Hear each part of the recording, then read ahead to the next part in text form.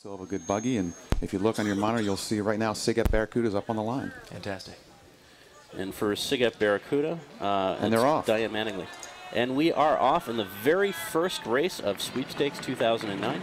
Got SigEp A, Barracuda on the left, and SDC C, NV on the right. And they've changed our angle, but the green buggy is Barracuda, and the green buggy is NV, and the blue buggy is Barracuda. And they're coming up towards the transition from Hill 1 to Hill 2. And it looks like SigEp made their push off a lot faster than SDC, who just made their transition, and they're getting ready to go into the free roll, giving one last final push before SigEp started the free roll a good, looks like 8 seconds ahead of SDC at this point. We had about a 19-second Hill 1 on SigEp, which is pretty good for their 18. And now that we're into the free roll, you will see teams try slightly different lines. Usually teams will get pretty tight to the curb around both of the big first initial sweeping right turns going down Shenley Drive and going past the monument. We are at the stop sign at a split time of about 1:04. So for women's races, probably not going to be too quick. Not too bad. I mean, it's tough. The road is going to be so cold, it's going to be tough to do that. Hey, this is Mark from the chute. We have the lead buggy just now taking the chute flag, turning very smooth turn in, nice line, and they are definitely through. Excellent job driving this morning.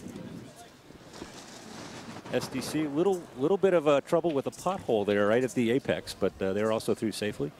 The Hill 3 pusher for SigEp apparently did not get good instruction. She great fast pickup. She's very fast, but the buggy definitely outran her. Yep. And she picked it up at around the fifth or sixth parking meter. So from our angle, we won't be talking about windows. We will be talking about parking meters as a gauge for how well the buggy went through the free roll and how much momentum it picked up on the backside of campus. Yeah. And it looks like for Hill 4, we had our transition for the SDC team is they're still about 10 seconds behind.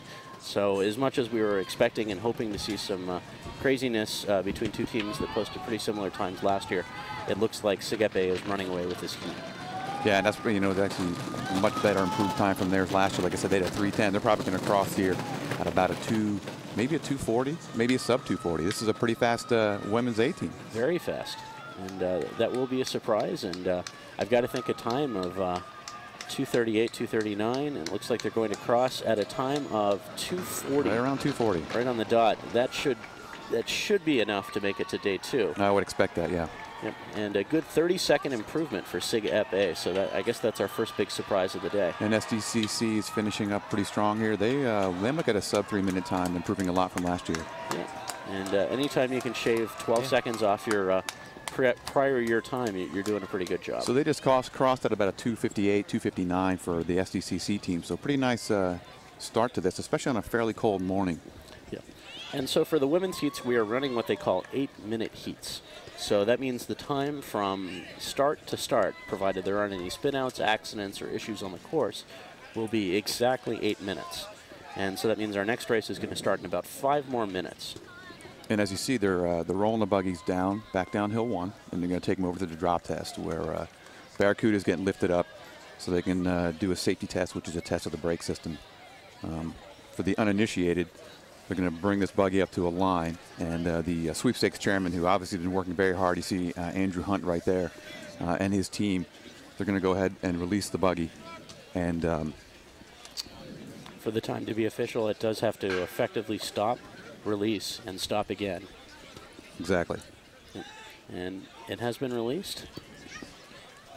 It'll pass the flag, it'll try to stop. It looks like it has successfully stopped. Successfully released and stopped again. Looks like they'll probably make it to day 2. Another thing that, for those who don't do much of this or haven't been heavily involved, might not know, the safety chairman for the sweepstakes organization will go into the truck and watch the extraction of the buggy driver to ensure all other safety rules have been met on these heats. So that's kind of what also sets the 8-minute between gun to gun for these races.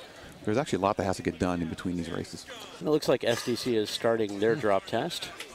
They're releasing, and it looks like they are braking, effectively. Releasing again and braking again. So unless there were any missed handoffs or incorrect or violating handoffs, it looks like we have both teams through the first race cleanly. Awesome. That's a good start.